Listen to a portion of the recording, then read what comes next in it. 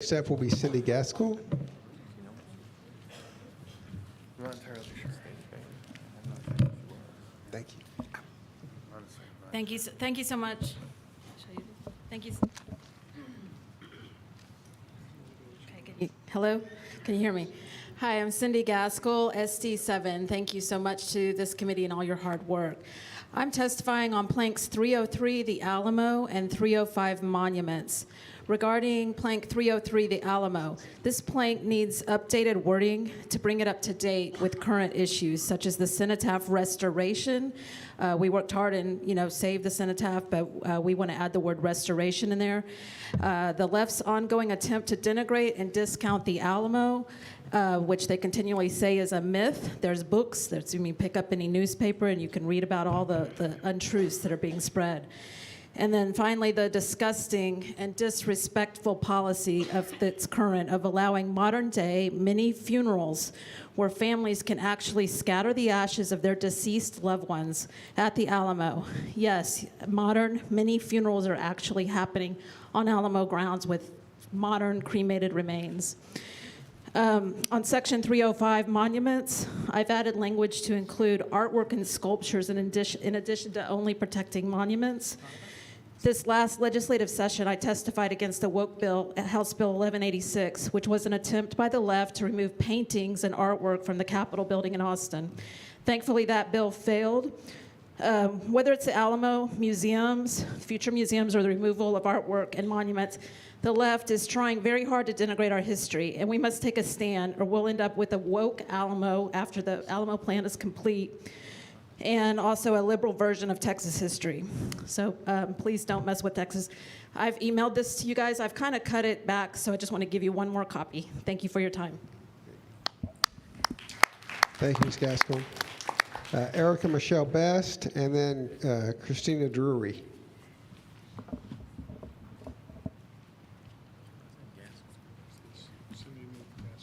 Thank you again. Is this on? Okay. Thank you again. I'm Erica Michelle Best, District 11. I'm not sure where on the platform this fits, but I wanted to make sure that I was able to speak on it, so this may not be the right place. Y'all feel free to correct me if so.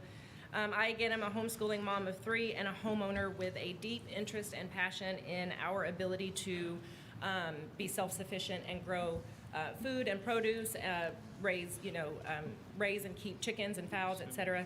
I'm not sure of those of you that are familiar with House Bill 1686 that died at the local level. It's an issue that I would like us to raise again and look into. I feel like as a homeowner, we should be able to provide for our families on the lot that we pay for. And we should have the opportunity to be self-sufficient, especially in an unpredictable climate and economy without municipalities restricting us from doing so. I welcome the RPT to adopt a plank with measures like HB 1686. Texas stands on its ability to be self-sufficient, and homeowners should be free to stand on our own ability to be self-sufficient as well. Thank you. Thank you, Erica. Christina Drury, and then the last person for this section will be Matt Baker.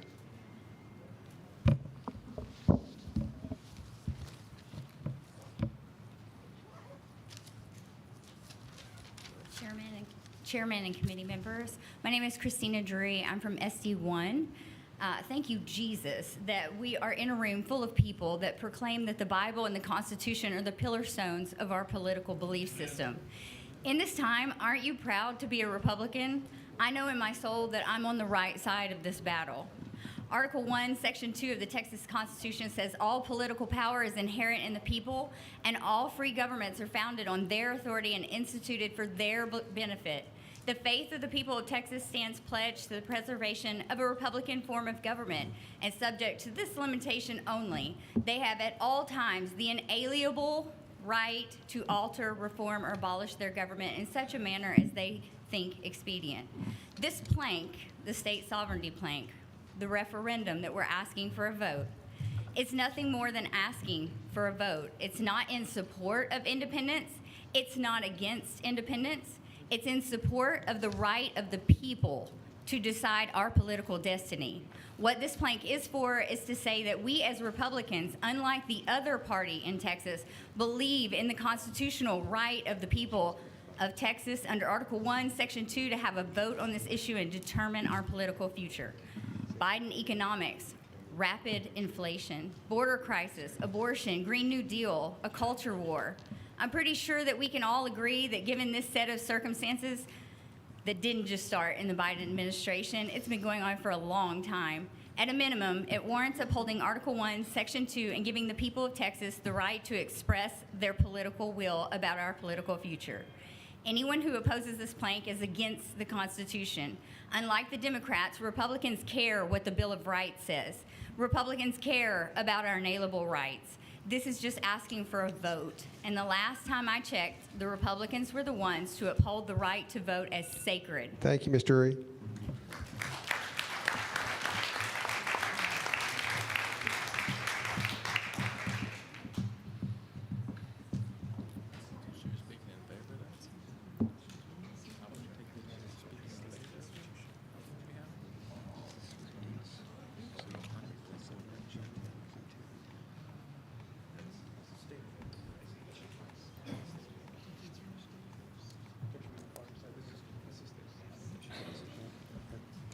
Is Matt Baker here?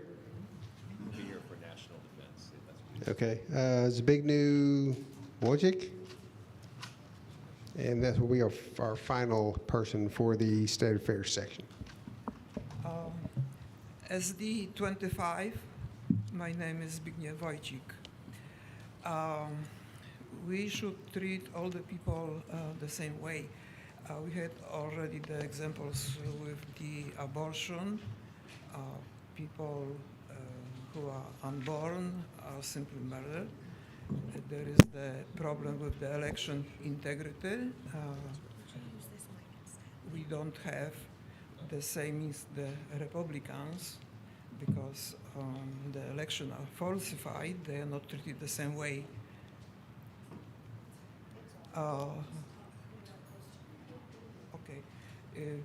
The problem is also at schools. I have the letter to the Congress signed by over 200 leaders of the Polish community living here in the United States, and they protest against treating people as the animals, and that is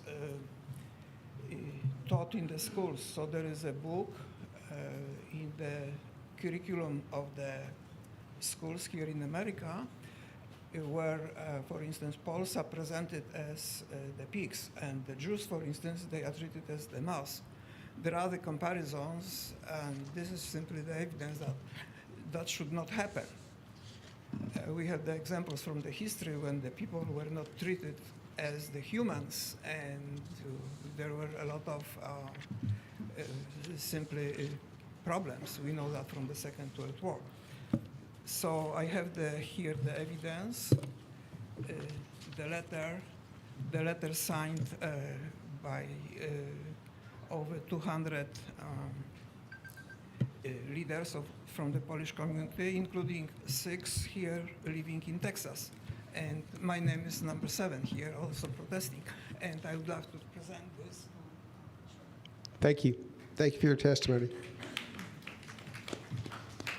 I appreciate it. Thank you very much. That concludes our testimony on state affairs. Next up is government and election integrity. Before we start that section, we're going to take a quick 5-minute break for the committee, and we'll come right back.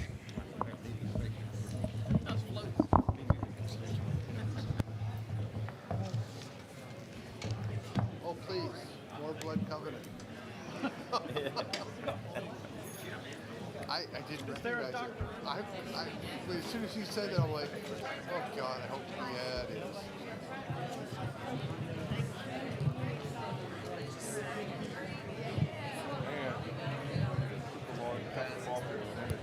Yes.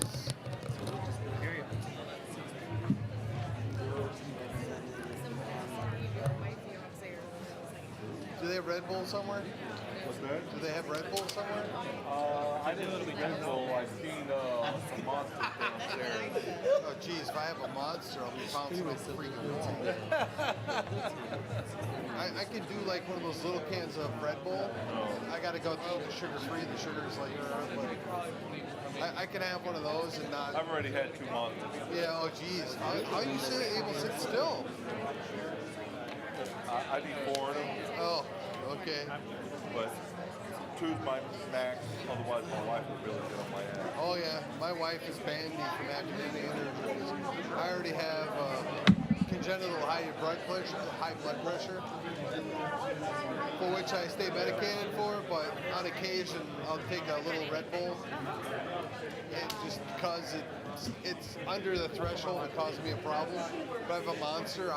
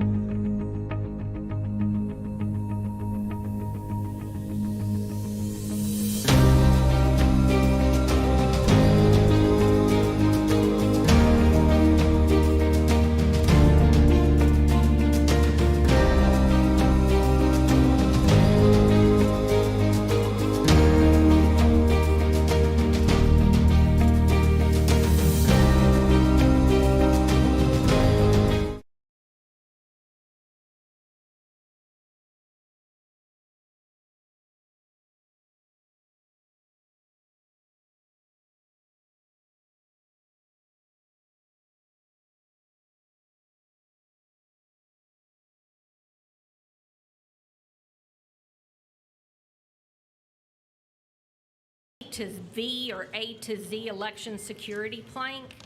I've spent 15 months investigating elections in Texas. I have discovered that the last 9 Texas secretaries of state and the Election Assistance Commission have repeatedly violated state and federal laws to illegally certify unsecure equipment for use in Texas elections. Because of this, my county has had illegal elections since 2005. There are 35 other counties in Texas that have had illegal elections since 2009. No election equipment in the state of Texas was legally certified in the year 2020. Only 3 of the 6 electronic poll book vendors were certified in 2021 and 2022. These are all violations of state and federal laws. They leave our elections vulnerable to attack. There is no oversight or security of our election equipment in this state. There is only an illusion of security. The machines are not secure. I ask you to add strong language that bans electronic equipment and adds hand-counted, sequentially enumerated, secure paper ballots and paper poll books. I would also ask that you make the Secretary of State an elected official. They are constantly violating the law. We need to be able to hold them accountable. We need to ban Eric, which I think y'all have already done, and the ballots need to be counted at the precinct where they are cast. Thank you. And what county are you in? Montgomery County. Okay, I was thinking it was probably near one of the urban centers, so yeah. All right, thank you. Next is Gina Grigsby. Hi, I'm Gina Grigsby from SD 14 from Austin. I've been coming to these since I was 26 years old. First time I've spoken. This is a really big deal to me. I want my elected officials to be elected, not selected. I'm sure everyone here's seen the numbers on the polls of what people think about the election, presidential election in 2020. It's pretty astounding, the lack of trust that people have in the election system, especially Republicans. I don't want Republicans to stop voting because they think their vote isn't going to count. A poll in November of last year found that 82% of people who watch Fox News believe the election was stolen. 97% of OANN and Newsmax believe the same. The trust of the American people has been broken, and we must do whatever it takes to regain that trust, no matter how much it costs, no matter how much time it takes. We need to ban the election machines, as Kristen was saying. We need to have paper ballots that are sequentially numbered so people can't dump extra ballots in that are already printed out with their selections. We need the ballots to be hand counted. I know that's hard. I know it's difficult to hand count ballots, but it doesn't matter how much it costs, how much time. I thank you for your time, and God bless you. Thank you, Ms. Grigsby. Next up is Debbie Lindstrom, and then Barbara Isaacs and Jay Mitchell. Good afternoon, Debbie Lindstrom, Senate District 30. I want to speak to the Plank election integrity A to Z voting and petition you to add hand-counted, sequentially numbered paper ballots at the precinct voting locations to the Plank. After 2020, Texans began to realize that our voting systems are broken. So many of us started to research, and we found out that it's actually worse than what we thought. My process began when I learned that no voting system in Texas has been properly certified for use. A, they all have expired certifications. My county uses ES&S, whose most recent certificate expired in 2017. Not only has the certificate lapsed, it is not signed by the proper person as required by law.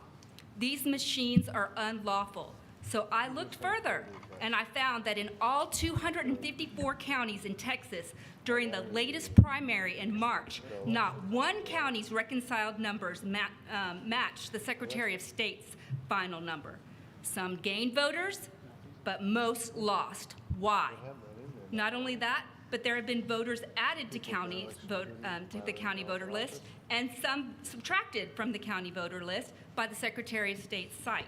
For example, between June 10th and 12th of this year, Tarrant County had 62 voters added to the May 7th election that are not on the county list. You can't add or subtract voters days, weeks, and even 3.5 months after an election. We have complicated the process more than it needs to be with the voting machines. Let's simplify our elections by going back to precinct-level voting, using paper ballots that are secure and sequentially numbered, and counting them by hand. Thank you. Thank you. Barbara Isaacs. And after that is Jay Mitchell, and then the last person will be Michael Aboud.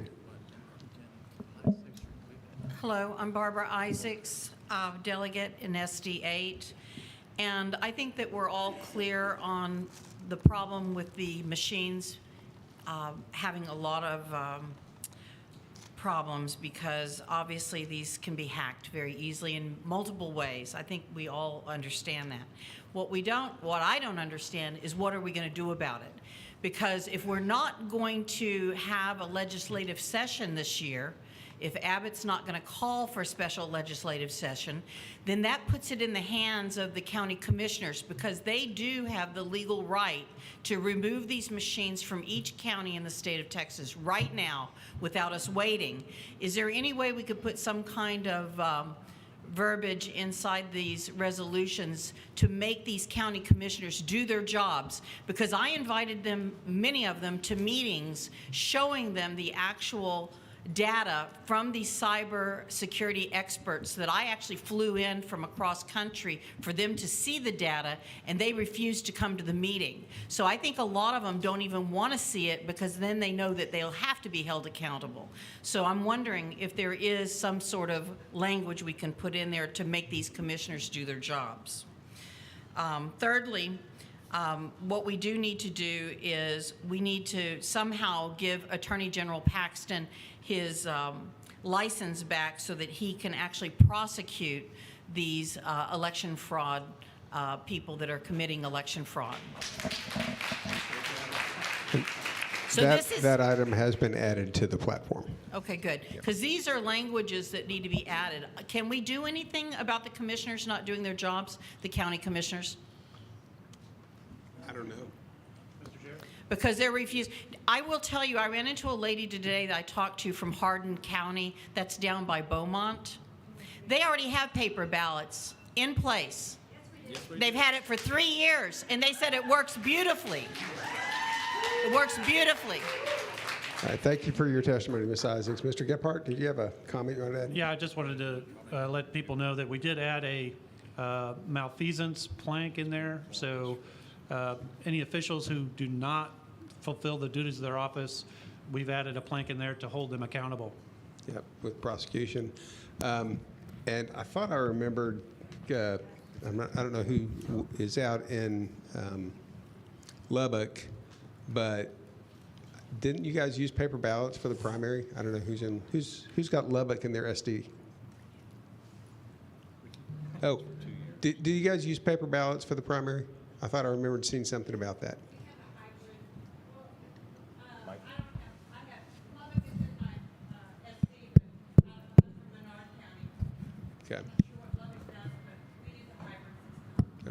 Okay.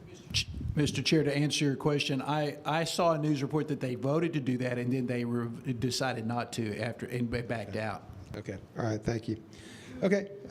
We'll continue with testimony. Jay Mitchell, and then we have Michael Aboud. After that will be the final testifier. Hi, Jay Mitchell, SD4. Thank you, Mr. Chair and committee, for all the work that you're doing and allowing me to speak today. I'm here to testify for the A to Z election security plank and how very important it is to ban electronics and move to traceable hand-counted paper ballots. As a 30-plus year... Sir, is there a handheld microphone you could use? No. Okay.